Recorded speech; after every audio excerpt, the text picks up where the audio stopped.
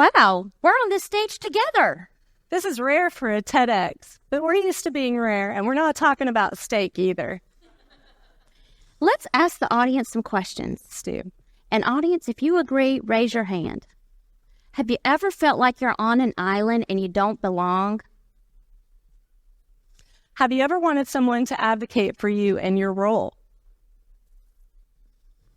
Have you ever wanted to know, how can I advance or grow within my career or at this company?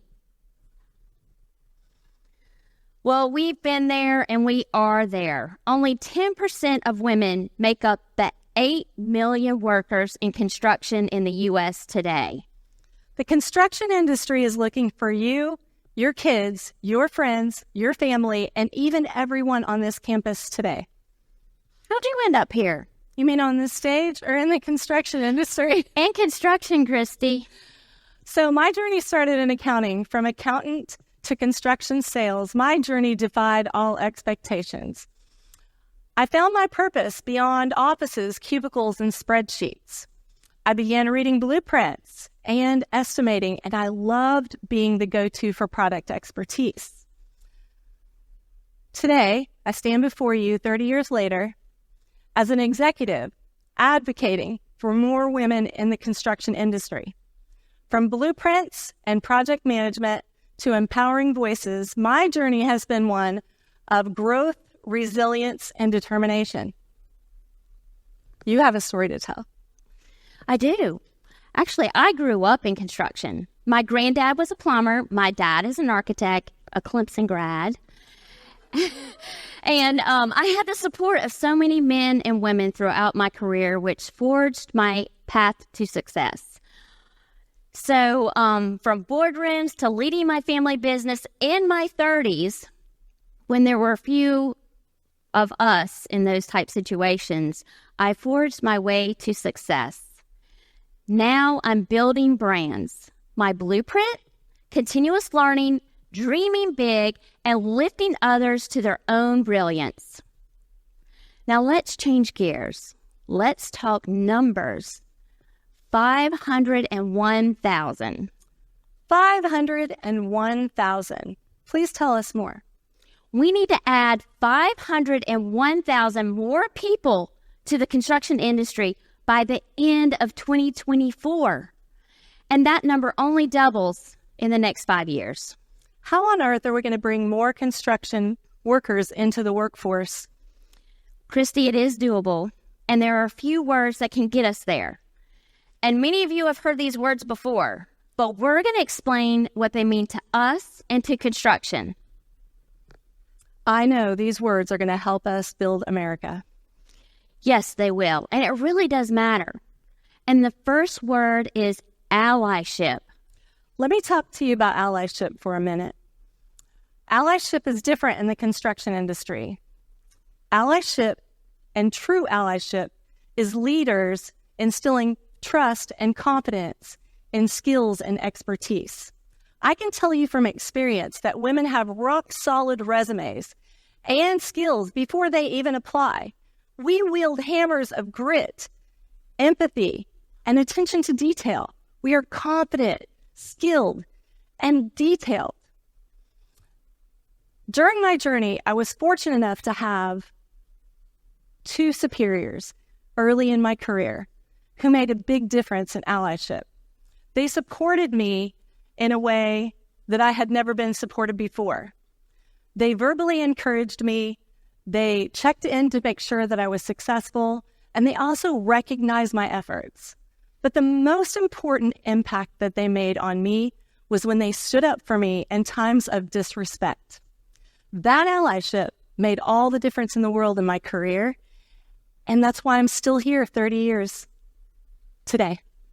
Angela, your story's a little different, and it started much younger. Please share. Yes, I do.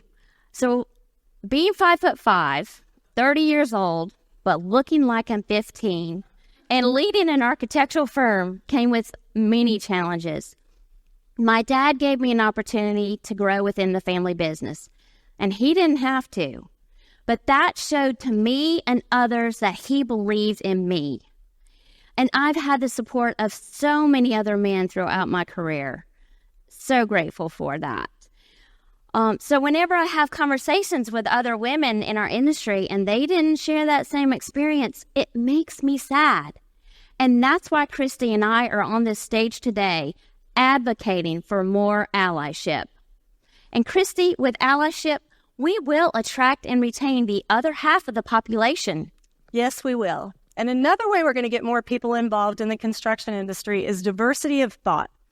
Do you know what happens when diverse teams work together? Collaboration, communication, innovation, creativity, and increased revenue.